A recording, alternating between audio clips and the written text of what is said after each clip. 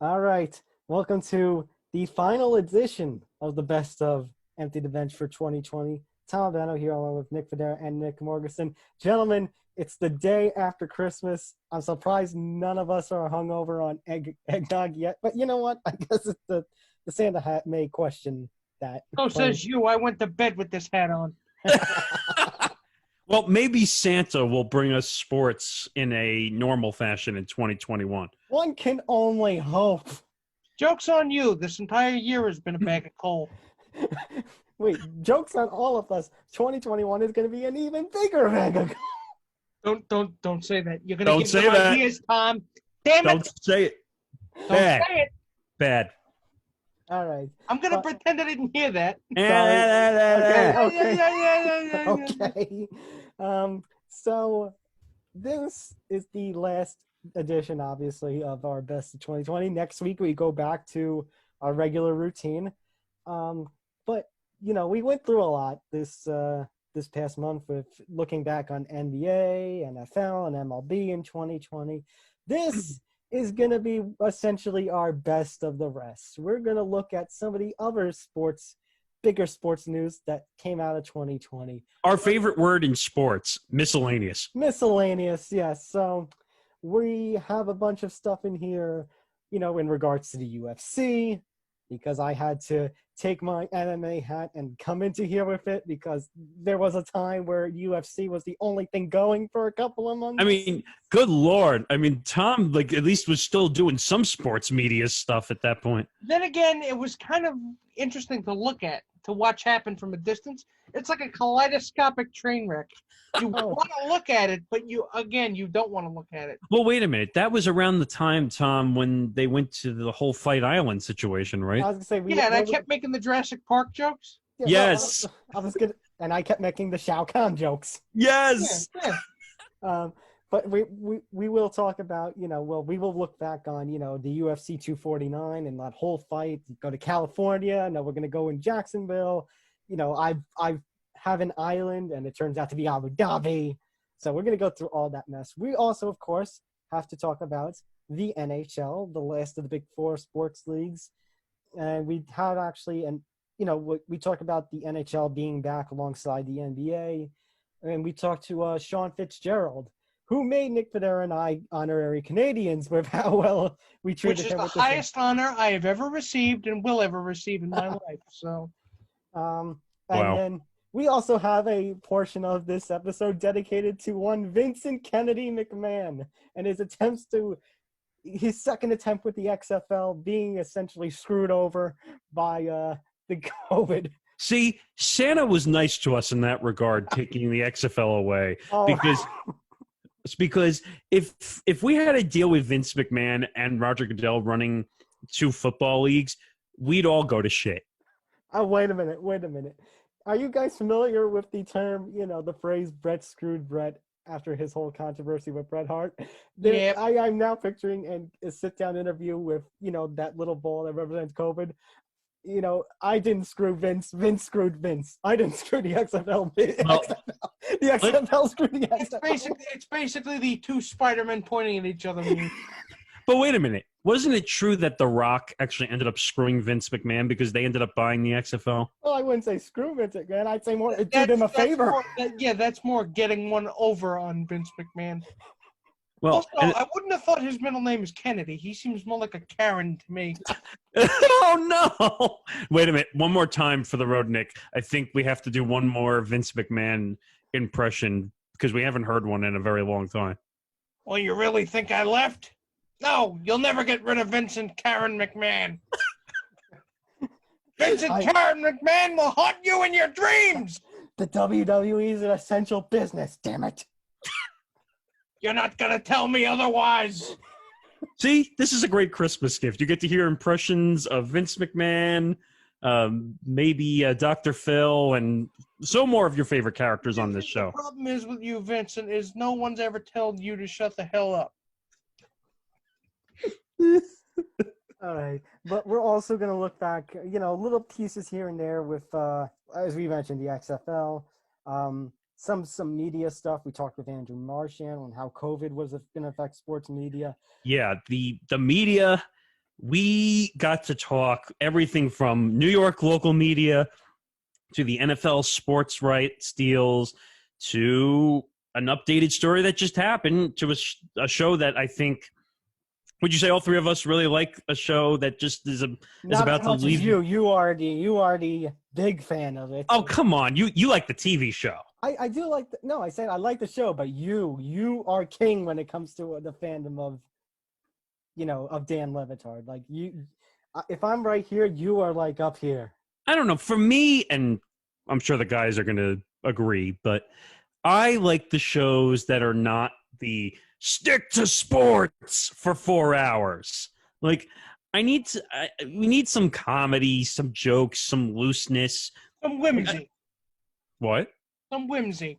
Yeah, like I don't want to hear Mike Greenberg for 6 hours a day talking. Not even Mike Greenberg wants to hear Mike Greenberg for 6 straight hours. I don't want to hear how Mike Greenberg is the biggest fan of the New York Jets and how the Jets are he's mad because they're basically ruining traditions of the NFL going 0-16. Bet you $5 he's going to say that. And just so you know, I bet you $5 he's actually going to say that. But still, that's neither here nor there. And just so you know, Dan Le Batard, since you brought it up, is leaving ESPN, and one of your favorite TV shows, highly questionable. See, now Poppy's gone too. What are you going to do? He hasn't been around a lot as of late. See, if they could figure out a way to clone Stephen A. Smith 5 times, they probably would. Oh, God. Hey, he's the most highly paid employee at ESPN. I think he's making like $10 million a year, if I had to take a guess. That, I think, was emblematic of what happened in media in 2020. We got to talk about that as well, because we did a separate stream, and if you want on the ESPN to check it out. And by the way, I appreciate everybody. I think we had about 400 to 500 people watch that video. I was going to say, I'll even give a piece of that in this best of. Because, I mean, for me, it hurt because I grew up on ESPN. Well, we all grew up on ESPN, but I severely grew up on ESPN. I'm going to say, we all grew up on ESPN, all wanted to get in the industry. And basically, it was like, kind of a slap in the face. And one thing I did mention during that live stream was when Nick Fodera and I were in school, basically we were learning how to be one-man bands because we were told that was going to be the future of journalism. And then ESPN went, nope, all we're going to have is the talking heads. But you're not going to be the one-man band. You're going to be the roadie crew for the one-man band. Right. Well, it's all about, and Nick, you've said this a lot, which is it's all about content farms. Remember that? Yep. Pretty much. The Bleacher Reports of the world. The SB Nations of the world. Fan-sided, which Tom has written for. I was gonna say, be nice about them. No, I'm just saying that. I know, but that's they're one of the better examples. Regardless, that's where the world has gone to. I mean, the sports media. But not everything should be fan-sided. Correct. Right. And long story short, as I was getting to, Dan Le Batard is leaving ESPN, and I think he's either going to go to Sirius or he's going to go to Spotify. And we talked about this. I think we're going to do this in the future. We're going to do a live stream, I think, on the podcast industry and talking about digital numbers. And we're going to try and we talked about doing a roundtable on. I'd say, and just to focus on sports media, a roundtable on sports media, and where is sports journalism going? Because I think that's criminally underreported on. Actually, we could talk about both aspects. I can talk about broadcasting. You could talk about journalism. The writing side, the online side, yeah. But I think that came through in a lot of the material you're about to hear. Yeah. So also, by the way, brief mentioning of the MLS and their comeback tournament that they ended up holding. Nick, you did an interview with Danny B about sports gambling and how COVID would affect it. And yes, it was amazing. Yeah, definitely. And I did an interview with James Lynch around the time that Fight Island was coming into fruition, into the first time it was being used for UFC 251. I thank James. James is a good friend. Talk about someone who had an unfortunate situation when it came. Yeah, he was a part of the score, and then a few weeks later ended up getting removed from the score, and now he's killing it again as a freelance person. And that's the big thing. Like in journalism, and you guys can really vouch for it more than I can. It's all about working for multiple platforms in a freelance capacity. Definitely. And I Shouldn't think have to do that. you but- shouldn't have to do that. You're right. But I think James has mastered that. Yeah, if you're gonna do it, you gotta get good at it. And I think, I remember seeing a tweet somewhere, I forget who it was. I wish I could give that person credit, but it said, like, if we did not have James in MMA media, like about 60 to 75% of MMA media content would be gone. I mean, and you guys know I'm not the biggest UFC, MMA. Right. I watched that whole thing, by the way. Mm-hmm. I watched that whole thing and I learned a bunch. So give James Lynch a follow because he really knows what he's doing in this. At Lynch business. on Sports. Yes. So give him a follow. All right. So enough blabbering from us. Let's look at, the rest of the sports world in 2020. And before I take you there, guys, thank you so much for following along with us, looking back on the best ofs. Follow me at Thomas J. Albano on Twitter. Follow the show at ETB Sports. Follow Nick Fodera here at Nick Writes Words. Follow Nick Morgasen at N Morgasen Radio. And we'll see you in 2021. And the social media handles will be right down here when you see them. So take a look down below. All right. So, guys, let's throw you to the rest of the best of sports of 2021. And the three of us will see you with a brand new episode next week. See you then, folks.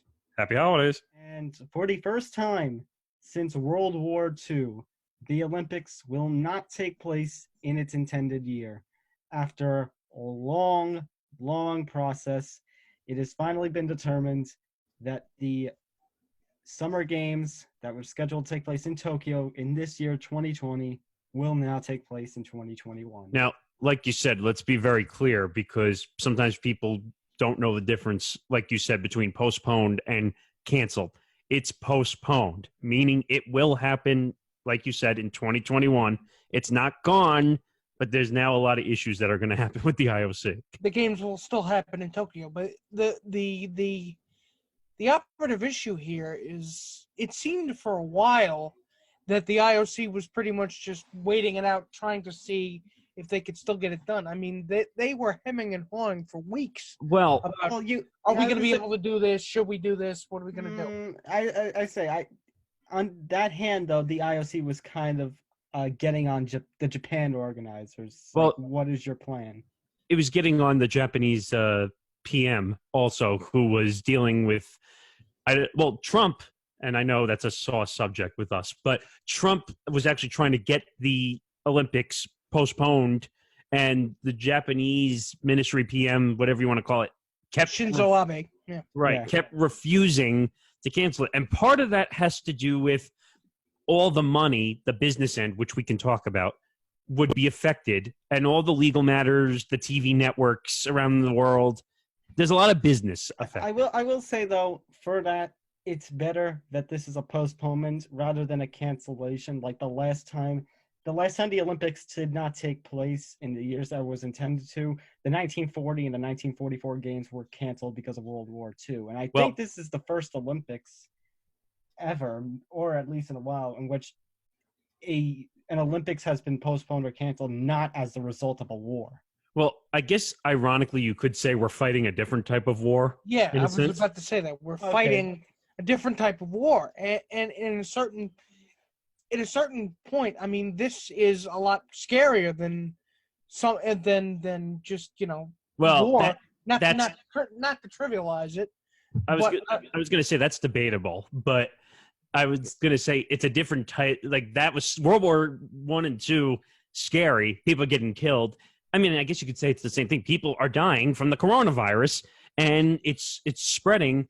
And what we've been hearing about the coronavirus is it doesn't discriminate whether you're old, young, whatever. He very well could be headed towards a recession, so that will impact, layoffs,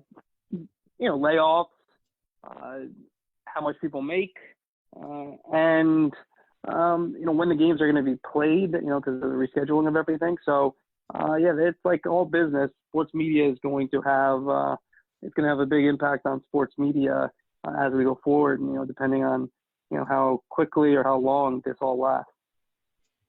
So, Andrew, in your estimation, I mean, you've been here a long time. Has sports media in general ever really had a contingency plan in place to deal with a situation like this? Well, these contracts, these big billion-dollar deals, do have every clause, and there are clauses for when things are, if they're canceled by something unforeseen. So yeah, I mean, I think people have thought about it, but it's still, you're talking about billion-dollar deals that companies are reliant on. So when you don't have a baseball season and you're someone like the Yes Network or SNY, your whole network is built on these games. So it's a shock to the system, and there are many issues that play out. So yeah, I think it's been thought about, but we are in a this a lot of people are comparing it to the flu in 1918, and so I think this is once in a lifetime kind of thing that we're dealing with. Hopefully once in a lifetime.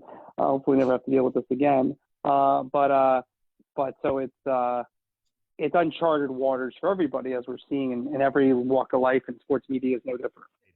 I was gonna say, let's put it out there. Dana White has been fighting tooth and nail to get this event going.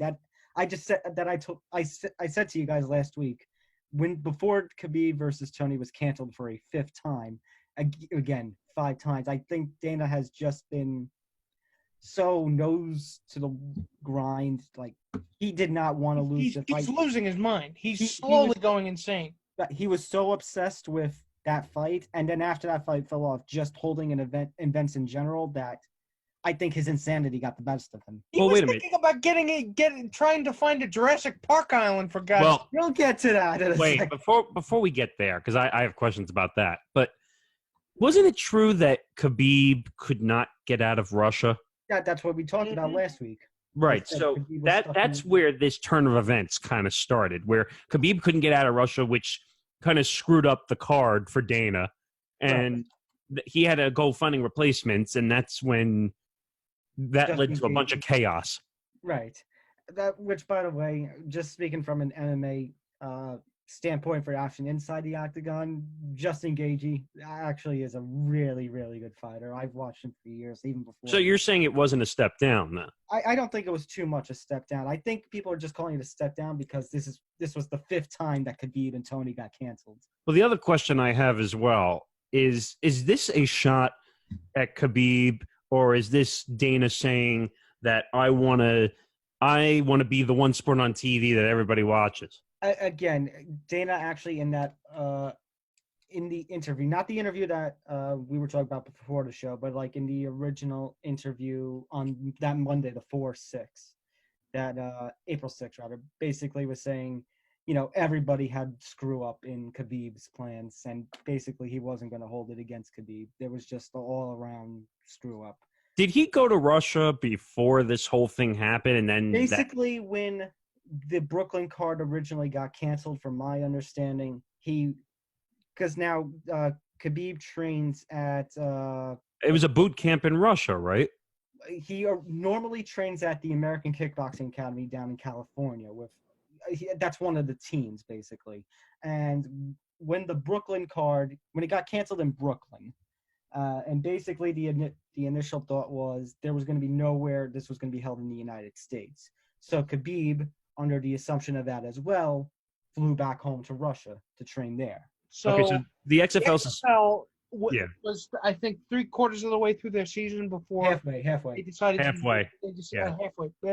Before they decided to shut down due to the COVID outbreak, and they decided to shut down, but all sports decided to shut down.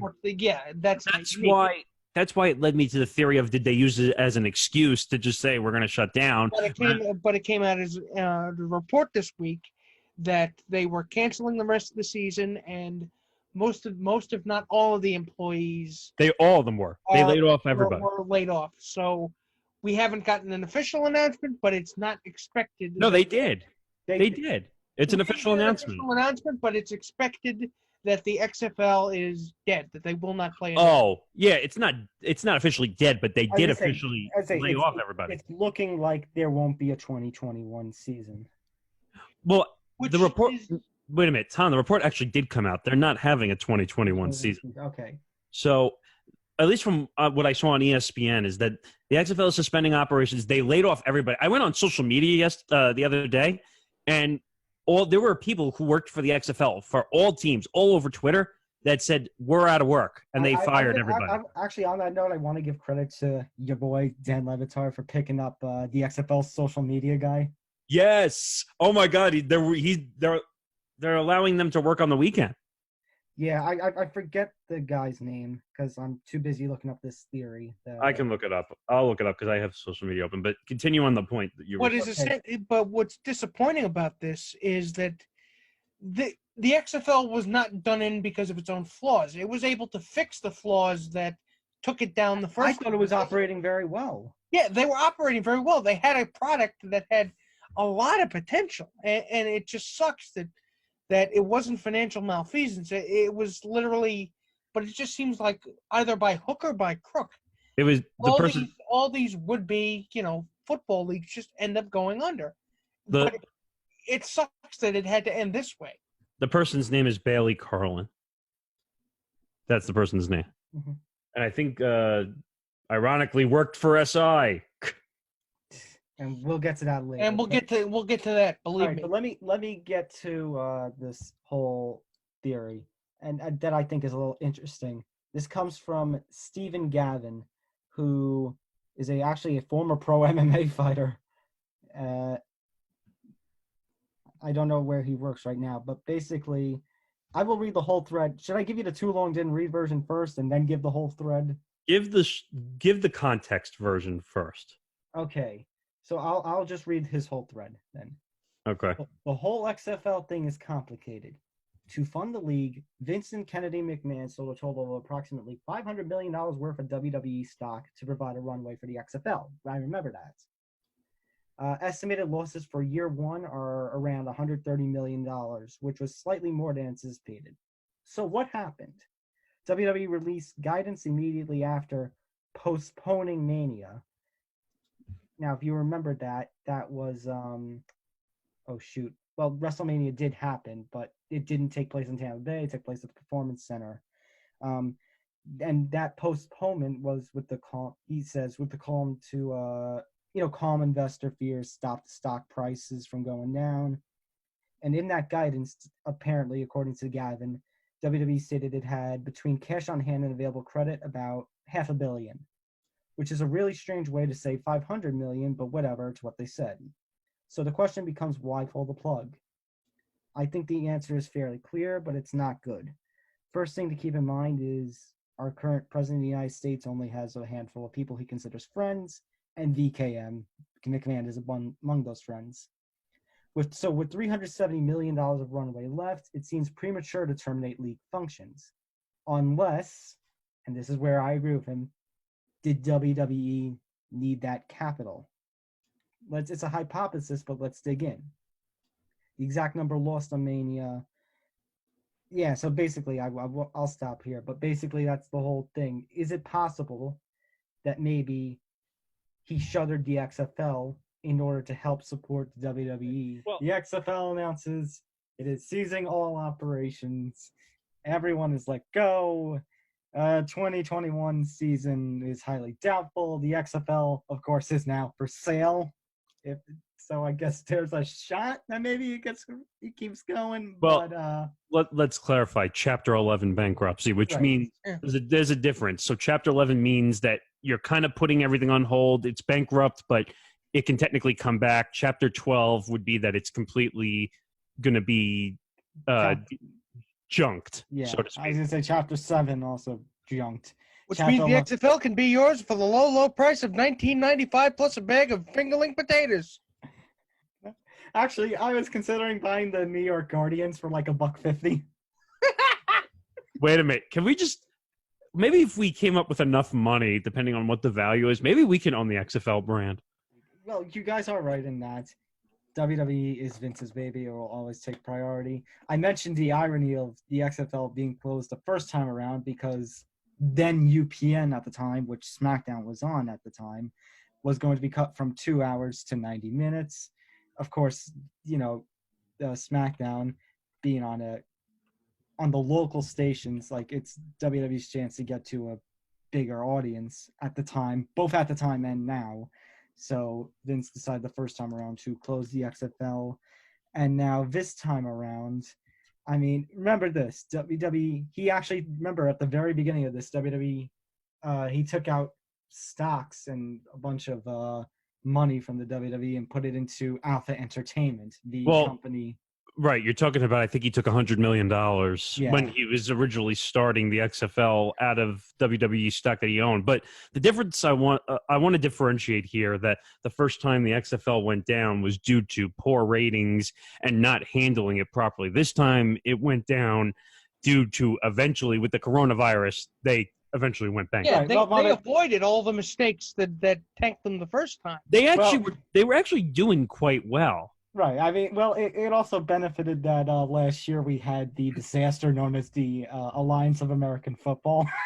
Yes. Which I think actually has topped the first XFL as the worst football league to have ever existed. Wait a minute. Wasn't it true? I don't remember which NHL hockey owner it was. Oh, but Tom Dunn, the Hurricanes. He owns the Hurricanes. Isn't it true that he put so much money in that he became the chairman of the AAF because of the amount of money he put in? Yep. Only to strip it because he wanted the proprietary technology behind the betting app that they used. Tom Dundon. Yes, Tom Dundon. So it seems like, I think people need to learn from this situation and that situation.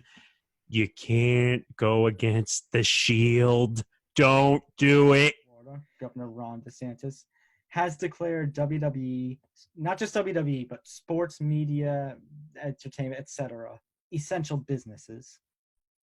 See, I have a lot of thoughts and a lot of concerns on that front, meaning, so there are things like food places and emergency stuff that are having problems being open because they can't get the essential inquiry, but and this is no offense to WWE, but why are they considered an essential business?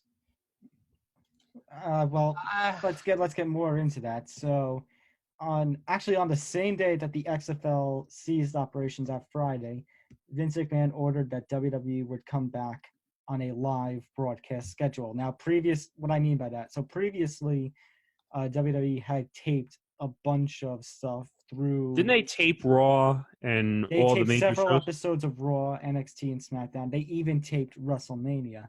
They had enough content to get them through last week, but now they were scheduled to do more tapings or whatever. But on that day that the XFL closed, Vince also said, "You know what? Damn it, we're going back on the live schedule." Yeah.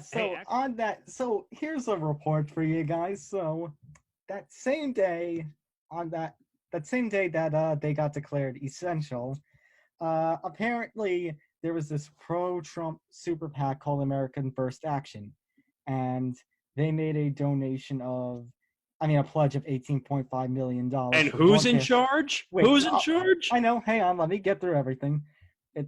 Gave this pledge on broadcasting for Trump's re-election campaign. And who is in charge of that? Well, it is the former Small Business Administration head, Linda McMahon, who resigned from that position, I think, last year to be the chairperson of this AFA. And of course, that would be the wife of one Vincent Kennedy McMahon, the former CEO, before she resigned in 2009 to run for I forget run for political office. I'm sorry, 2012. But to me that seems like a little bit of conflict of interest. Well, funny that you say that, because DeSantis has denied any link between the two events and says basically he's saying that people need content to watch while on lockdown, and cited actually a report from one Dr. Fauci saying that a return for live sports is a positive thing. But wait a minute. So her giving money to the WWE, and that's not a conflict of interest at all whatsoever. Well, wait, no. Linda did not give money to the WWE, no. She was the former head of the WWE. Oh, fine. So she gave money to Trump or whatever. She's raising money for Trump's campaign. So that's not a conflict of interest at all. Okay.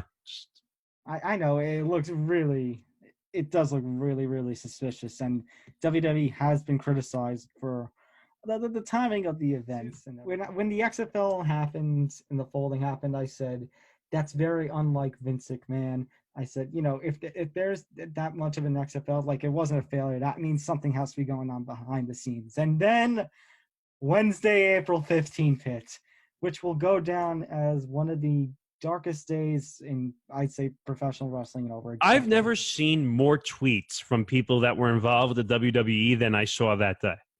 I didn't realize there were that many. So, so it was around Wednesday around noon Eastern, and Vince McMahon made a phone call, and I actually have the entire transcript of that phone call. Oh, God. How long was it? Not long at all. They said it must have been 5 minutes at most. All right, so give us kind of a Cliff Notes version of what you see there. Okay. First, Vince thanks everyone for joining and says hopes their families are safe. Talks about how there's challenging times, the resulting financial recession, and WWE, like so many, have to pretty much decrease operating expenses. And pretty much the WWE announces certain measures are going to be taken to, offset, any losses. And pretty much, I have them listed here: the releasing and furloughing of wrestlers, producers, etc. Well, wait a minute. If you said they're independent workers, you can't really furlough them. Well, I was just going to say, there's nothing clear that if any of these guys and girls are going to be coming back because they are independent contractors. Technically, it can't be a furlough by legal definition. Right. In addition, they are reducing operation expenses. There are board members over there, executives who are going to be taking pay cuts as well, just like the rest of sports.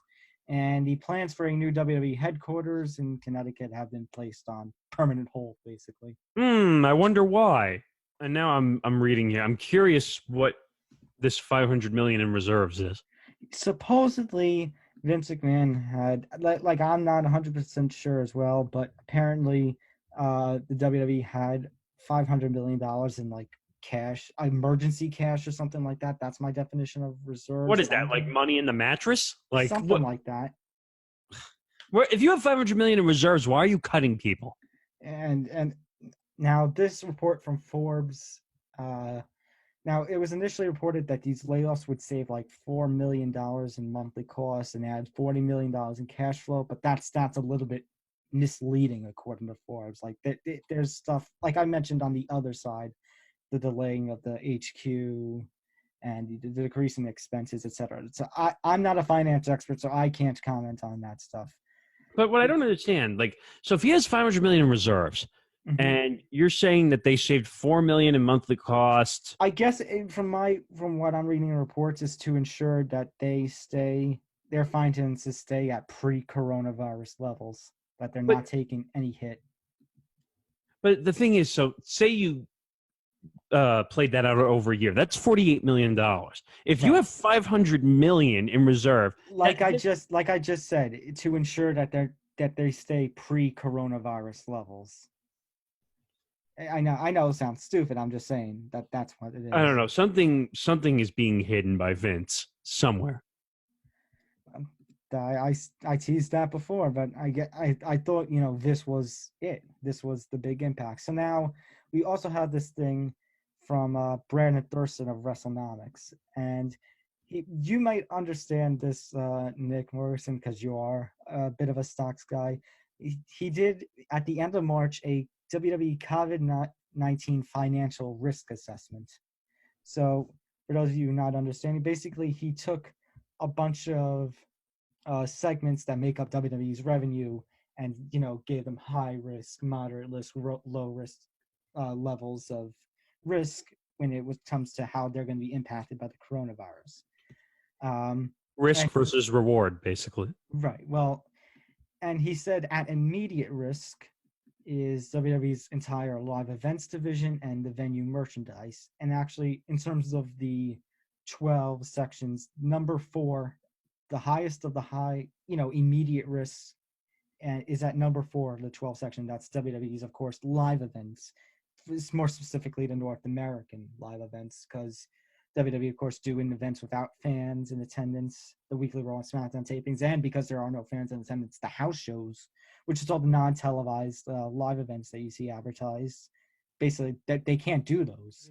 He says here, if WWE was forced to deliver either no pay-per-view events or empty arena versions, there's a strong chance that network subscribers are going to cancel their subscriptions, even with their big content library and even with no competition. Well, that makes sense because people are not paying for anything right now. So, right. Well, that's why I talked about with you guys on a pre-show meeting about DAZN. Like DAZN's barely showing anything, but I have a DAZN subscription because boxing events and Bellator, but none of them are doing anything right now. And I'm sure those are down as well. People are canceling subscriptions to sports things because there's nothing on there. It's like wasted money to them. And no one can. Right. But now with the TV things, he says, I'm going to quote directly from him. I don't believe revenues related to broadcasts of Raw and SmackDown are at risk, even if WWE is forced to air library content, which it has thousands of hours worth. As long as the content has never before aired on relevant networks, their TV rights fees will remain intact. Even if viewership of these programs falls significantly, WWE made clear on the earnings call in February that payments are not tied to viewership performance. And, of course, what? They still... Really? I guess so. And how does that make any sense? I don't know. I guess because of the way the WWE, is. It's not like any of the professional sports. It's an entertainment product. But wait a minute. If you don't have subscribers and you don't have revenue, I don't get it. Then you're out of luck. I mean, like, you need fans, you need revenue coming in to keep doing what you're doing.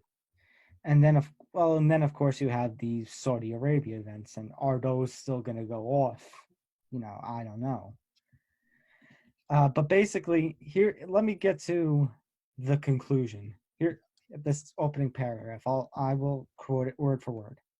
Ultimately, I concluded, this is Brandon speaking, I concluded that if WWE doesn't run live events at any point for the rest of the year, WWE's revenue would be impacted by as much as $218 million, and operating income would be impacted by $42 million. See, that makes sense. That's what I was saying earlier. Hang on, there's more. In such a scenario, I estimated WWE would still report record-setting profits for 2020 with an operating income of $121 million and total revenue of $927 million, largely supported by continued TV rights fees, which I don't believe are at risk. That doesn't make any sense now, because like the first thing you said makes sense, but he keeps saying that the revenue is going to go up because the TV rights. Well, if no one is watching and no one is subscribing, there's no way that number could stay up. What are you going to be? I guess because they're delivering original content. As much as an empty arena is original, it keeps the sponsors still coming in, and like I just mentioned, the $1 billion right TV fees or whatever, that's going to stay for as long but as you could have the rights, but if you're not getting the revenue, you have to remember also that with sports being down, there's no sponsor revenue coming in. Vince McMahon and Dana White are both trying to dominate television airwaves because they want to steal all the now that everything is empty, they can steal the eyeballs. Because where most people see disaster and tragedy and mismanagement, they see a golden opportunity to line their pockets. It is confirmed that on May 9th, we will have UFC 249. It'll take place at the Visar Veterans Memorial Arena in Jacksonville. So it's a very small arena. It's home to like NCAA, semi-pro basketball. But I'd say the size really isn't going to matter, because no fans are going to be in attendance for this card. So it's essentially like a side gym, so to speak. Sort of.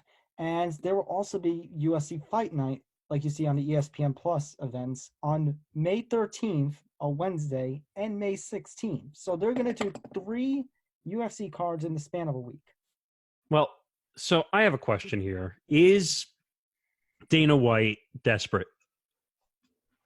He wants to, it goes back to what Nick says, as everybody else is like closing up shop and doesn't want to do anything, he still does. He sees the spotlight can be all on the UFC. He sees big money because everyone's going to stay at home and they're going to be desperate for sports content.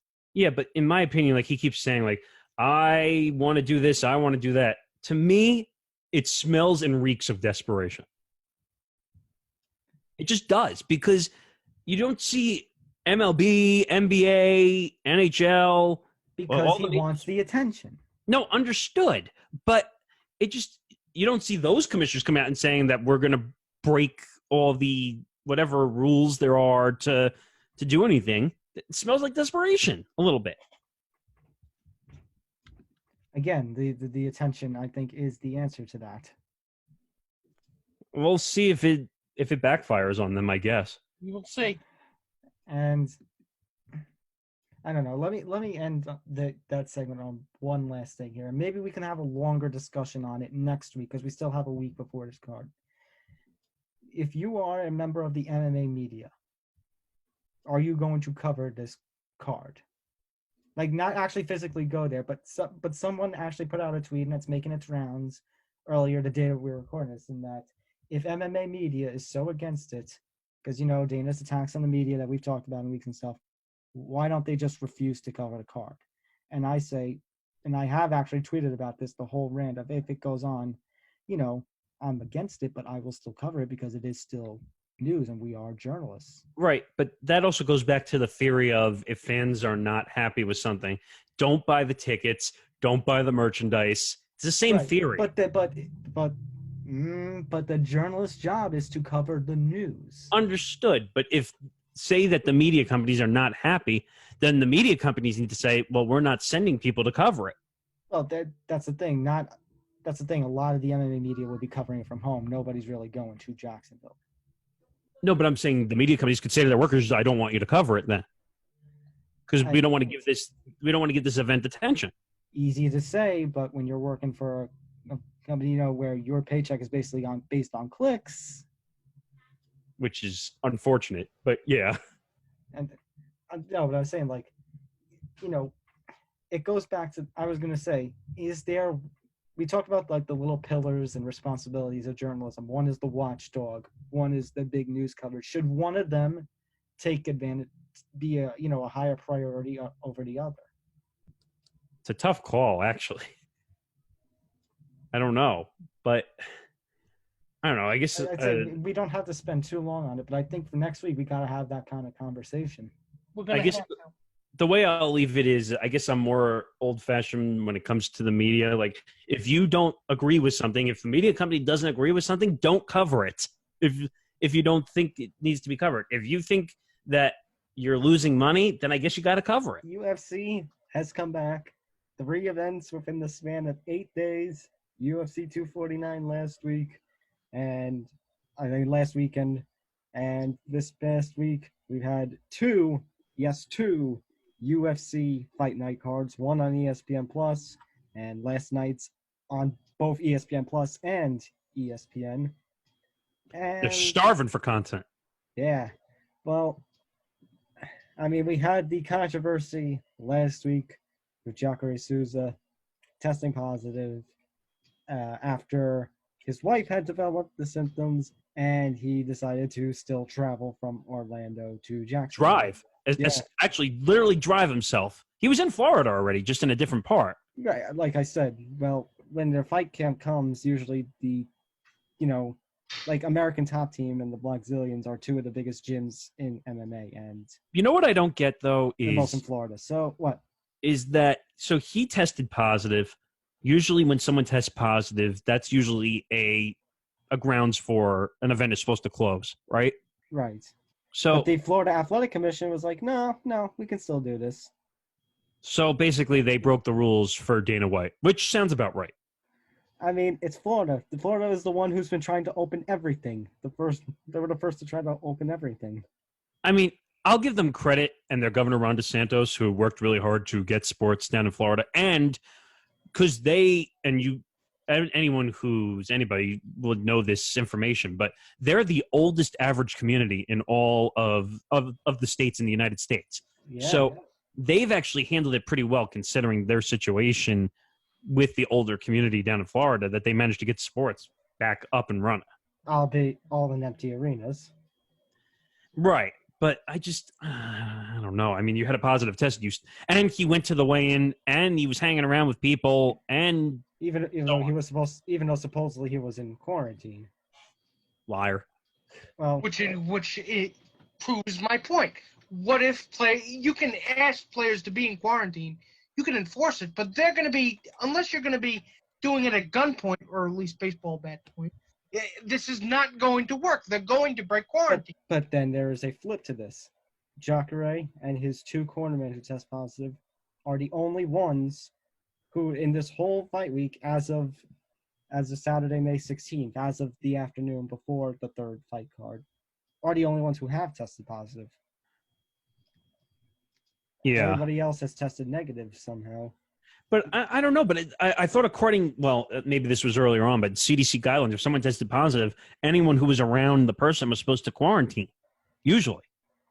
So where was Dana when this happened? I don't know. I mean, what's next? He's too busy figuring out Fight Island and whether Khabib and Conor are going to fight, right? Hashtag where is Fight Island? I have been promoting that hashtag in every UFC event. By the way, but in the long run, I guess you got to give, and this is a weird sentence to come out of my mouth, I got to give credit to Dana White for coming back first.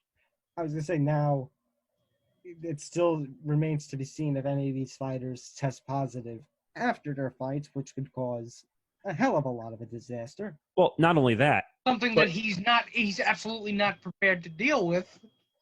Well, I saw that he went after one of the New York tabloids also. I don't know which newspaper it was. He went after the Times. Yeah, that's what I meant. One of the New York tabloids, the New York Times. And because New York Times is not a tabloid. A tabloid, something like they act like a tabloid at times. But basically, no, I just wanted to say that he was going ham on the New York Times because they accused him of not handling it properly. Well, I mean, he did say there was going to be like masks and gloves. Not everyone was wearing masks. That didn't happen at all. And then he said that, and then the ESPN actually had reported that there were going to be no post-fight interviews in the octagon. But that actually happened. It didn't happen. Right. And on Saturday during the event, the 249 event, apparently the commentary team was insinuating that Joe Rogan, the germaphobe himself, he went in and did the interviews. He was the one who said, no, I want to do the interviews. But apparently those sites that went down reportedly were, and actually the fighters themselves, were forced to reportedly sign a disparagement agreement, which basically said you can't criticize the protocols. That's what I was talking about. That's the thing I was referring to, that the New York Times, one of the things they went after him for was the disparagement agreement. And basically Dana, in response, because actually it wasn't just the New York Times who had said this. This was actually an accusation of Steven Espinoza. Now, if you don't know that name, he is one of the big guns, big head honchos over at Showtime, who Dana had to deal business with when 3 years ago we had Floyd Mayweather, Conor McGregor. So Dana, in response, had said there is a disparagement agreement, but it's only for bad mouthing the, company. Like in any business, if you badmouth about the company, you get fired. Basically, that's what Dana is saying. And then he went after Steven Espinoza in another press conference. I mean, and I appreciate the aggressiveness of Dana, but at the same time, got to cool it a little bit because he's going to affect his sport in more ways than he already has. Obviously, this does not mean that the NHL is back for good. It just means a plan is in place. They need the correct approvals and everything, and we should be good to go. So there's 4 phases. We're currently in phase number 1, which is isolation, which is what the entire world has basically been in the last 2 months. Almost 3 months at this point. Oh, my God. This is so crazy, and I'm happy, and I don't say this very often, and Tom and Nick can attest that I don't say this very often. I'm actually happy that the NHL is coming back, and they figured out a plan to get on the right pace. Commissioner Bettman, who, in my opinion, is probably, I don't know if I could say the worst commissioner in all of sports right now. It's a close one between Commissioner Bettman and Commissioner Goodell. Would you say so? Yeah, I'd say so. But, being excited for hockey coming back is like being pumped in an obscure superhero has showed up to all of a sudden save you. Thank God it's matter-eating lad. I would have been okay with Aquaman, but Hey, hockey's a good sport. hockey's a good thing. Obscure I said it's a superheroes good are a thing. good thing. I will say though, it's strange and it's funny that Gary Bettman, who we consistently criticize, we say he's the worst commissioner of all the big four sports, and right now he's looking like the best one of them all. Who would have thought that he would end up smelling like a white mushroom in terms of all of this? But All right. I mean, Let's go through the rest of the phases. In terms of plans, I mean, it's the most feasible out of all of the plans that they reopening strategies they have. Well, the return to play, the playoff plan is How, with the live skating and you're hitting people into boards, how do you do this safely? Unless you're gonna have people wear surgical masks underneath their helmets. Yeah, you can't do that. Yeah, you can't do that. So I mean, but to counterpoint, I don't know how I can say counterpoint. I don't know what you guys were talking about for the first, for the last 4 minutes. No, it's just a matter of, I said it's all well and good when it's all well and good when you have everything's working smoothly, but what if things go wrong? And they will go wrong. What if one person gets sick? You don't want a domino effect. The only thing I can say to counter that is there's one sport that is still going on right now that made its return this month, and that was the Ultimate Fighting Championship. And outside of that 3-test, Jacare Souza and his 2 cornermen, obviously the UFC in those circumstances weren't exactly at their best, but outside of, because he was going around and stuff, but outside of that, as far as I know, nobody has gotten sick, and every test has been negative so far. Well, wasn't it true that he's hoping that Dana White is actually on the up and up in terms of what he's actually still, what the numbers are? Because I don't know. I mean, far be it from me to accuse somebody, but wait a minute. We've seen people lie about these kinds of things before. I just hope it's not him. As we look down the phases of the NHL, so to get to phase 2, which is the voluntary opening, we're talking about the second week of June. So, or no, that's to do voluntary. We're talking about the first half of July, excuse me, for going from phase 2 to phase 3, which would be formal training camps, which is the mandatory camps to be open. And I don't know, do you really see us getting to phase 3 in the first half of July? No. I'm going to be honest with you, no. And I think they're talking about, so be formal training camps will begin after guidance from medical and civil authorities. That goes, and what that basically means is governors. Will the governors allow their states to be open and to allow athletes to play? And also the other issue, which Tom has brought up, hopefully we can get him back, getting the foreign athletes from outside the country back in, and essentially they're getting exemptions to travel. They are, and it's again, it's going to be a logistical nightmare. But again, you should know that. They should know that going in. And right. That's not true for NHL. That's true for every other sport. We spent the better part of an hour talking about MLB yesterday. Do you really think that any other sport is exempt for this kind of scrutiny, this kind of I don't want to say pressure, but it's pressure. It's definitely pressure. All right, pressure to not screw things up.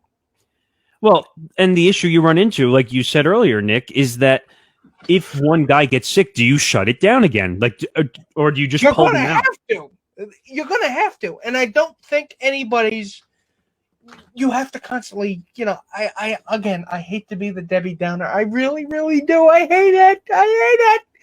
But in situations like these, you must be able to at least try to visualize the worst case scenario and try to figure out what you can do to mitigate it or prevent it. MLS and the MLSPA, I know it's a shocker. We're talking soccer, but they have agreed to actually come back. And I think on top of that, they agreed to a new collective bargaining agreement, didn't they? Yes, they have agreed to a new CBA that will run them through the 2024 season.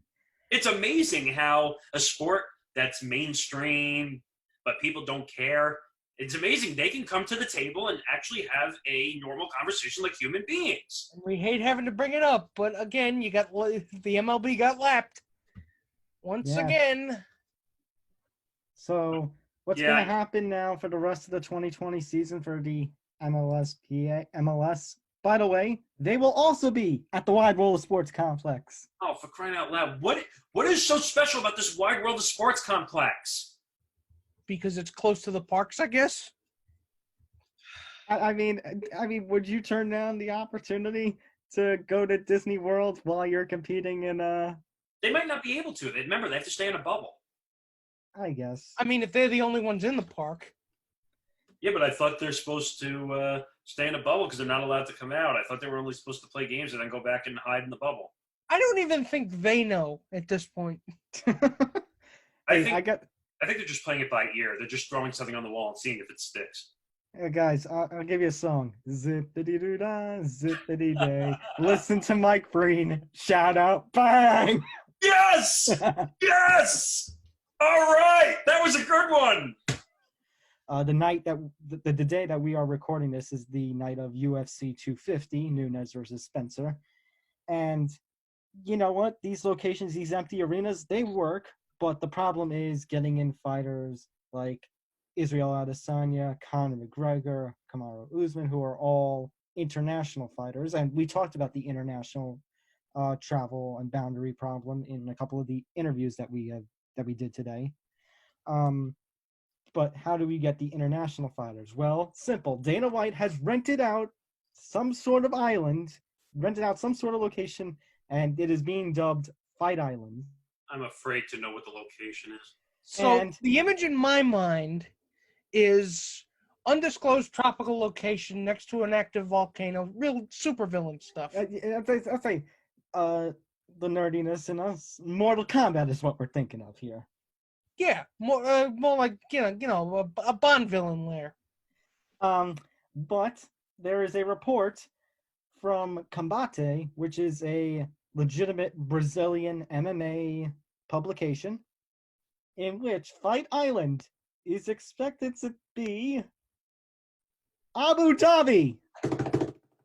What?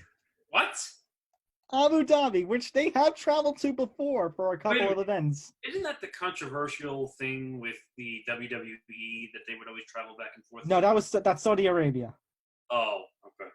That is Saudi Arabia. But Abu Dhabi in the United Arab Emirates, it has hosted a couple of UFC events in the past. It did host UFC 242 in September. Now, UFC has yet to confirm the location, but Abu Dhabi, and this is coming from MMA Media via Combate, Abu Dhabi does have less restrictions for international flights and a relaxed policy on COVID-19 quarantine. And Dana has actually talked about how Fight Island will have like an octagon on the beach, but there's no really details as of yet. And again, the promotion has yet to confirm that this is true. But if this is true, this is a major letdown. I mean, you have the resources for a private island, for moats filled with sharks that have laser beams on their heads. You could have henchmen. You have the resources to make a Bond villain. Do it! Come on! At least go full super villain. I'm not talking about, full Dr. Doom here. I'm not talking about that. But at least play the part. I'll make one comment on this because I know we're short for time. This feels like a bad version of the WWE. I have a lot of questions. One, even I know he's done this before. Yeah. So, can you negotiating tactic or not? That's my first question. I want to say yes. Actually, it would help if maybe I read the tweet. Yeah, please do, because even though you and I have seen it, I think it makes sense to explain it. I've got a bad feeling Dana White might be losing his mind about now. Yeah, I mean, I'm gonna check social media. Yeah, we're both doing that at the same time. So if we're silent for a few seconds, because we're trying to check around. And oh yeah. You found something? This is from Chamatkar Sandhu of BT Sport, who was previously at ESPN and USA Today. An emotionally charged Dana White, quote, "I don't give a bleep. I'm trying my best to keep the train on the tracks." Well, before you finish that comment, we've talked actually a lot of UFC, MMA, and we've talked about Dana White, and there's another storyline going around. I don't know if you saw it, that he challenged Dan Le Batard to a fight, a charity match, and that's kind of what's trending in the MMA circle as of right now, which is kind of odd. But now all of a sudden, this drops on his plate, and to me, this seems like the typical holdout for a player that is not making their money. Well, Dana White, this is from MMAfighting.com. Dana White on so many of the UFC's top stars complaining about pay right now. We've been here before, which was going to actually answer my question for you. Negotiation ploy. Now, it's very easy to say that with Conor because this is the third time he has mentioned it. And I write about this in the Fan-Sided MMA article that I just recently wrote. Now, if this is a ploy, however, he is not the only one this time that's in a little spat with pay with the UFC. Light heavyweight champion John Jones recently just had a huge spat, failed negotiations for a heavyweight bout with Francis Ngannou. And John actually said, "I dare you to release me. I will forfeit the light heavyweight title. Just release me." Well, there's one thing I want to ask, because you brought up John Bones Jones, and I've heard a lot of this as well. Is it true, and I heard this ironically on the Le Batard show, they were asking a lot of questions about this. Yeah. And maybe you know the answer to this. Why, when people ask, can you say what the fighters make, why is he such a stickler to hide that? Because in reality, the fighters don't make as much as, say, their boxing counterparts. So they make peanuts. Conor McGregor, think about this. Conor is the highest paid athlete, the biggest star this sport has ever seen. And I think for the Cowboy fight in January, he made $3 million. Now, that's not counting things like sponsorships. So that's not counting anything he makes with Proper 12. That's not counting any locker room bonuses. But still, $3 million, when meanwhile, some of the salaries that you see in professional boxing. I remember last year with the Anthony Joshua, Deontay Wilder negotiations, one of them actually said, "I will, if you come to the United States instead of having in the UK, I will give you $50 million." See, I don't know how negotiations for fights work. Like, I only understand how baseball, NBA, NFL. I'd say, well, boxing and MMA are a little different with negotiations because you have the different promoters with their different staples of fighters in boxing. MMA, you have usually, especially with the case of the UFC, exclusivity rights. You know how much of the revenue UFC fighters get in total? It's probably minuscule. 15%, around that. So literally, they're taking abuse and making no money. Basically, yeah. I mean, I know that's harsh, but I would say, well, you also have to remember that UFC fighters all used to have, like, on their shorts and on their banners, all the different sponsors. I'm not sure if you've seen any of that footage back in the day. This is a funny tweet, by the way, because now the parody tweets are now coming out. Oh, yeah. So AJ Perez, who's a friend of our podcast back in the day, just put out a tweet, quote tweeting Conor's tweet, and said, "In other news, I'm retiring from drinking Miller Lite and wearing shirts with no sleeves. Note, it will be a short retirement." I think it's just bad timing. I mean, I don't blame these fighters for wanting to get paid more. I think all the points that John Jones made and that Jorge Masvidal made are absolutely valid. I mean, these are two of the biggest stars in the UFC. The problem is, though, Tom, is that we're in the middle of a pandemic, and I kind of understand where the UFC is coming from, where it's like, we want to do these big fights. You guys want to get paid what you're worth, but we're not getting a live gate. We're not getting all that extra stuff that would come when things were back to normal and seeing fights with crowds. So I can kind of understand the UFC's perspective. Not only that, but just also the fact that, they're spending all this money on COVID testing. Like, that's got to hurt their bottom line a little bit as well, because it's not just the fighters, it's the production crew, it's the media that's there. I mean, that stuff's got to cost a bit to do all that. So I know the UFC's not losing money, but they're certainly not in the best financial position right now either with everything that's going on. So I just think, yeah, the timing of it's not very good. I have a feeling that they will come to terms eventually, but I think it won't happen until we start seeing crowds back with these events, and that could be a while. It could be next year, but I see both sides of it, because like I can understand the UFC, if you're going to do a super fight with Ngannou and Jones, you got to have a crowd there, right? Like you can't just do it with an empty crowd. I know they need to put on cards, but I think from the UFC's perspective, they're kind of looking at it like this: like, look, we have this deal with ESPN. We have to put on a certain amount of cards a year, regardless of if Jones and Masvidal and whoever else can go or not. They're going to fill up those cards. So they really know that either way, they got to put events on. So if these guys don't want to fight, they'll just find someone else to do it. And conversely, for the fighters, they absolutely should be paid more. I'm a big advocate of, the fighters getting a bump in pay, but the problem is now is like the worst timing with everything that's going on. So like I said, I think, Masvidal, Jones, I think Conor McGregor, I think all these fighters, I think you'll see them come back, but it won't be for a while once we have things sort of back to normal. And I don't have a medical degree, so I don't know when that'll be, but hopefully soon. I think you just leave them on the sidelines, or you try and play hardball and say, look, you have nowhere else to go. Because here's the thing, Tom, as well. Like, these guys are under contract. It's not like they can just go to Bellator and say, yeah, screw you guys. Like Masvidal signed like an 8-fight deal. So they're kind of handcuffed here, right? So it's either they fight or they don't. And like I said, I think the only way they're going to get paid more is if things are back to normal with the events and everything, with crowds, with people buying tickets. Because the other thing is, like with McGregor especially, like how many Irish fans are flying all the way from Ireland to go watch him fight in the US?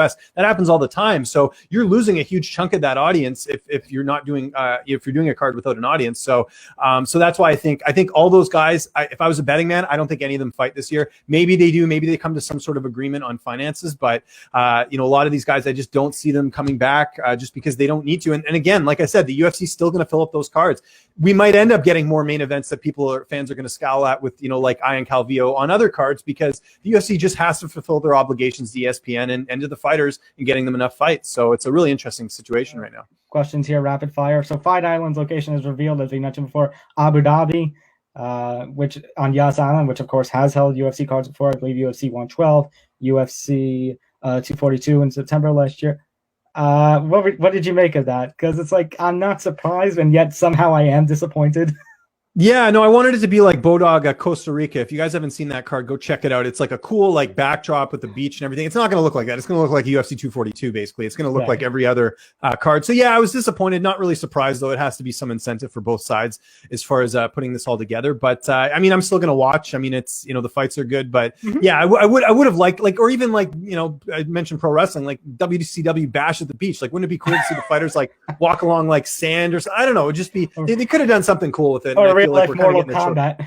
Yes, exactly. Like Mortal Kombat. Exactly. Great reference. Yeah. We'll find out. No fans, no home field advantage, a lot of variables. So it remains to be seen. But I can tell you this, the casinos will have the advantage, not the sports bettor. The insiders know more than the average guy. You can read all you want on the internet. You can be good with algorithms and this and that, but it's only going to get you so far. So in the beginning, especially the house always has the advantage. But I think now more than ever, they're really going to have the upper hand. But the lines will be off. It takes a lot of work and research, Nick. This is not easy stuff, And the average gambler out there, they're looking for perfection. They're looking to hit 65. It's not out there. If you can maintain a 57, 58% win ratio and you're consistent with that, make yourself a nice amount of money. So I think the gamblers are in for a long season. There are guys that know a little bit more than the next guy. And one thing about me, I might not be the most statistically correct guy. I don't know what college this guy or what his mother named him as a kid or whatever. But I know the people that do know, and that comes with all the years of being in the industry. So for me, it's not what you know, it's who you know. I've been saying that for years, and I know the right people. The guys that are crunching numbers, the young kids. I don't have patience for that. Algorithms. I can't even spell it, Nick. Like right now, things in Canada, so for the Canadian markets, aside from the torrential rains that swamped Rogers Place in Edmonton last night, and you saw the videos online of, sort of a swimming pool in the ground floor, it's been sort of a return to business. But I can tell you from a Canadian perspective, there is concern when we watch the news of what's going on south. And, the teams that are practicing right now in those hotspots, and you're looking at Florida, you're looking at Texas, you're looking especially at the South and the West, and you're wondering like, okay, it's, we're less than 2 weeks out from the bubble, is everybody going to be able to, avoid this pandemic and stay healthy to get to the bubble in the first place? And then, I'm happy to get into all the complications of life in the bubble as well. But I think right now, the first concern is, can you get everybody to the bubble safely? And on that note, when everybody does get to the bubble, is it reasonable to expect that we'll see a few players, well, more than a few, test positive for COVID? And hope that these teams have a contingency plan in place. Yeah, no, for sure. I've been watching kind of closely Major League Soccer and their MLS is Back tournament in Orlando. They lost a couple teams because of, rampant virus, basically. The Toronto FC had a game on Sunday morning scheduled for 9 a.m., which is just prime soccer time, I guess, against DC United. And it was postponed because a DC United player returned a positive test for COVID. Now, that game was scheduled successfully for the following morning, and MLS has since trumpeted, I think, 2 or 3 days without a positive test. So, even in Florida, 3 days in, they're showing some success with this bubble. But again, not without hiccups getting to that point. So, if you had, say, the Columbus Blue Jackets, report to the bubble, and just before the games were supposed to start, they report 6 players with positive tests or 3 players. It's not as easy in a condensed schedule when you have these, best of 5 series to say, okay, we're going to put this off for 2 or 3 days, because it really starts backing things up. So, when you look at it that way, and you look at some of the games that have already started, some of the leagues that have already returned, it doesn't take a lot to convince yourself that it won't take much to overturn the whole apple cart. What the NHL did was it, again, put its foot forward and said, look, here's our plan. And by leaving the deadlines fluid, I think what they did was really smart, of saying, you know what? Nobody knows what this thing's doing. It's like having a newborn kid, right? Like, you have a kid, you're going to have a different kid every 6 weeks. Like, the kid at, straight out of the oven's one thing, the kid 6 weeks later is another thing. And after 18 weeks, you're like, holy crap, who'd this guy come from? Like it changes all the time. And that's what we're seeing with COVID-19 and this novel coronavirus, that it has a real strong knack for undoing the best of human intentions. So by giving themselves this much time, the NHL was able to say, look, we'd like to have small group training on by the start of July. We'd like to have training camp going by this day. And ideally, we'd like to be back on the ice here at a location to be named later. So by giving themselves that flexibility, they're able to monitor the developments, which happen at lightning speed, and try and make the best decisions. And look, guys, Ontario is moving into the phase 3 of its reopening plan as we speak. And as soon as next week, it's possible that people in Toronto might be allowed inside bars and movie theaters again. And it's possible that, a couple weeks after that, when guys are supposed to be in Toronto playing hockey, that we could see our numbers go through the roof and this whole thing could be undone. Like, there's nothing that's certain about any of this. Let's be clear. But by giving themselves the flexibility, I think the NHL played this right. Let's give some credit here to end on a happy note. The NBA is back. Play seems to be going very well. The NHL is back. Playoff hockey is one of the most intense things ever. Guys, there is some good here. Didn't the 12 seed beat like a 3 seed yesterday or something also? Yeah. Good Lord. Like we're saying, there is hope somewhere. It's just not in the places where they should be. Not in the 2 biggest sports in North America. As the graphic says, hey, Nick, do you smell what The Rock is cooking? Oh, jeez. Now you're making up the cliche statements now? So apparently The Rock, in coordination with an investor group, has purchased the XFL from Vince McMahon for a good $15 million. Okay, I'm about to blow your mind right now. Do you know who one of the people is in his investment group? Who? His ex-wife. His ex-wife is his investment partner. If it works, it works. Hey, could you imagine though? This is peak 2020. There is sad peak 2020, but this is just peak 2020. The Rock, who I remember doing the interview with Jim Ross a couple of years ago. We were talking about how The Rock, had like $7 in his pocket when he first met The Rock.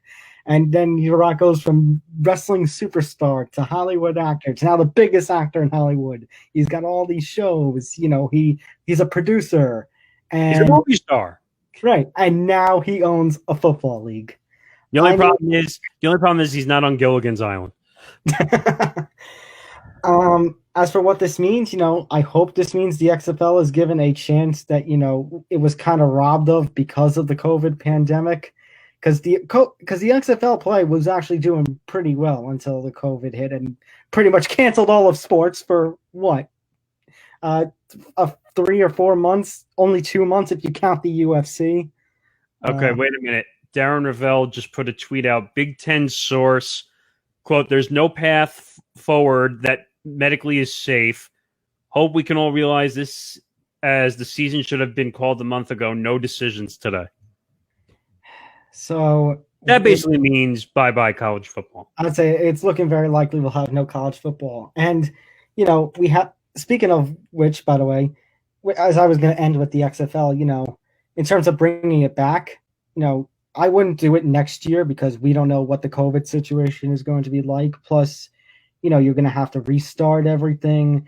And Vince actually did it right this time when he waited 2 years to do it rather than 1 year after the announcement. Like the first time he did the XFL and what the AAF did. Remember that failure? Don't remind me. Yes. Again, I'm not going to say the corporate culture has changed necessarily because it's always been a huge media conglomerate. But I think the callousness and the open corporate avarice. I'll put it in a way that maybe you might be trying to say, Nick, and that is the open corporate greed is a lot more noticeable now. Well, what I was going to say is this is what happens when, if in our industry there's only 5 or 6 owners of things because Disney owns. Yeah, because we Disney, we don't have any antitrust laws in this country worth a damn. So what? So again, it's basically going to be a media oligarchy. Thank you. My brain is really to me because, as Tom said earlier, there's a difference. There's the old ESPN, the traditional ESPN, which was not perfect in its own right. No, yes, but it believe me. Again, I'm not pining for the good old mom and pop shop days of ESPN because they never were there. Again, they've been owned by a major multimedia, corporation almost as long as they've been a channel. Right, you're talking about the conglomerate itself. Yeah, they've been a media conglomerate and a major media company almost as long as they've been on the air. So you can't be pining for a time that didn't exist. But you can wish, and I think we're all 3 of us are in accordance with that. You can wish that these people were treated with a hell of a lot more dignity than what they're getting now. Yeah, but shame on ESPN in the middle of a freaking pandemic. I understand that these companies have to make money. I understand that these companies are feeling the pinch, but don't freaking fire people in the middle of a pandemic when they can't do not care. They don't care. They never have. I was going to say, well, unfortunately, like we said, every business has taken a loss and every business has had it. So every business has had its share of firings. The problem is, and this is what I think of, well, again, because I'm wearing the WWT, back in April when we had the WWE firings and we were looking at the money and, we were saying, that they could afford to lose the money. That Vince was rich enough to be able to withstand. I was gonna say some of these businesses where you're seeing firings and stuff, and some of them go into small business because they can't. They go from large to small businesses because they can't afford what they've lost during this pandemic. The WWE, ESPN, these big media conglomerates, they can afford these losses. You know what's even worse? Excuse me as I'm choking. But you're gonna sit here and cry poverty. That's my problem. What I was going to say is the Disney theme parks also. They're firing 15,000 Disney park workers. It's bad enough that over the last 3 to 4 years, they fired like 1,000 ESPN workers. Now we're talking about 15,000 Disney park workers. Mind you, Disney is powerful enough and wealthy enough to buy several countries on this planet. So I really don't see... They're wealthy enough to buy us 5,000 times over. Because it's not about obscene wealth. It's not about absurd wealth. It's about sacrilegious amounts of wealth. It's almost about when that is in play, human feelings will always go by the wayside. Because when you think of human beings as either assistive devices or impediments to your ultimate goal, which is money, you really don't care about what happens to them. No, I'm about Does that make any sense? Yes, it does. I'm about to steal a line from a guy that we know well, a guy named Don LaGreca. We all know him well. Yes, we know him very well. This company is treating people like human pieces of garbage. Yeah. Well, Nick, when you and I were going through grad school, they always told us, know how to do everything. To know how to do everything. To write, to take photographs, to do video, to be on a one-man band, essentially. Right, because they said those companies, the big media companies, are going to look for those kinds of people. But at ESPN, it seems the opposite of true, that we're seeing the release of these one-man bands in favor of the talking heads and of the programming rights. Like we were just saying, the Major League Baseball, they're changing up the contract. The ESPN and Disney are now looking to win back the rights to Sunday Night Football while still having Monday Night Football. Well, I mean, honest to God, I mean, they didn't. How much is it? You know what? It's never going to be enough. I just answered my own question. Let me add one thing, because you guys were talking about how doing multiple things in journalism. This is a little bit closer to my space in broadcasting, radio, and TV.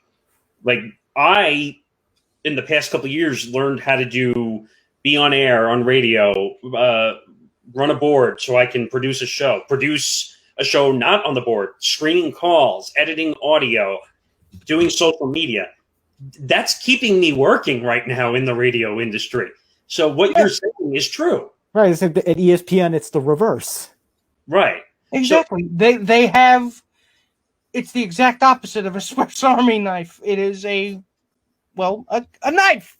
And the worst part is that ESPN has this weird ability that they hold on to retired athletes. That's where they're sinking their money in, as they're calling these retired. Because they believe that they somehow know football better. Well, they do kind of know football better, but I mean, in terms of people who could actually put in the work, who know how to be on camera, who know how to do the nitty-gritty work, how to research, how to interview, how to be a journalist. Hey, the skills are sorely lacking. Everything is going to be transitioning to the paywall. Basically, ESPN is going to be putting a lot more focus now on ESPN Plus. If you actually look, for you fantasy football players, if you look at most of the things that used to be free for you on those ESPN sites, they are now behind the ESPN Plus paywall. There are, I think, Nick Morgasen, you just told us before that a lot of these simulcasts of radio programs, like your favorite, Dan Le Batard, Max Kellerman, all of them, they're, I'll say not the morning shows, but like the midday, the afternoons of the world, their simulcasts for video and television are now being moved to the ESPN Plus paywall. I just want to give one quick opinion. I'll let you finish that. I think they're destroying their top digital and radio platform. And I think you know which one I'm talking about. Right. They're destroying Le Batard and Stugatz. That's their biggest digital platform. I read a stat that they get 90 million downloads off that show alone. And they keep destroying it. They took an hour away from it from the national platform on the radio. They're destroying it on TV. Like, what? They're destroying everything that works because in their mind, they think putting Mike Greenberg on for 2 hours on the national radio platform, because he's, as Nick would say, sports. He's essentially a professional opinion haver at this point. Right. Well, I was gonna let me go to because before we wrap up, I do want to throw in one big point that I was making to you guys before. So, what you're seeing for your local journalism, because let's face it, what is even is local journalism anymore in this world? Because local journalism is practically dead. Sorry to say that. No, you don't. You don't have to. Please don't be sorry. It's true. Local journalism is absolutely dead. But you're seeing all these brands of local journalism as much local as you want to go with it, basically putting their stuff behind paywall because that's the subscription is how they're making money because they're basically if nobody clicks on the ads and everything, they're not making as much money, if any, from the ad revenues. But the problem is ESPN and this ESPN Plus is not local journalism. ESPN Plus, anything that from this ESPN, okay, you're behind a paywall, but let's see. I could go to Yahoo. I could go to The Score. I can go to an aggregate like Bleacher Report. You could, like Nick, you had said, you can go to any podcast really for free to get actually. And if I want to pay a subscription, let's see, isn't there this up and coming thing on the rise called The Athletic? Oh yeah, that's right. The thing that I pay for actually. The Right. Athletic, the Athletic, Which, Defector. if you want me to be really honest, it has all these stars that basically ESPN, Fox, etc. had or could have had as writers. Right. I as writers, but my point is, the Athletic took all of them and they've made an all-stars staff, but basically that's worth your money.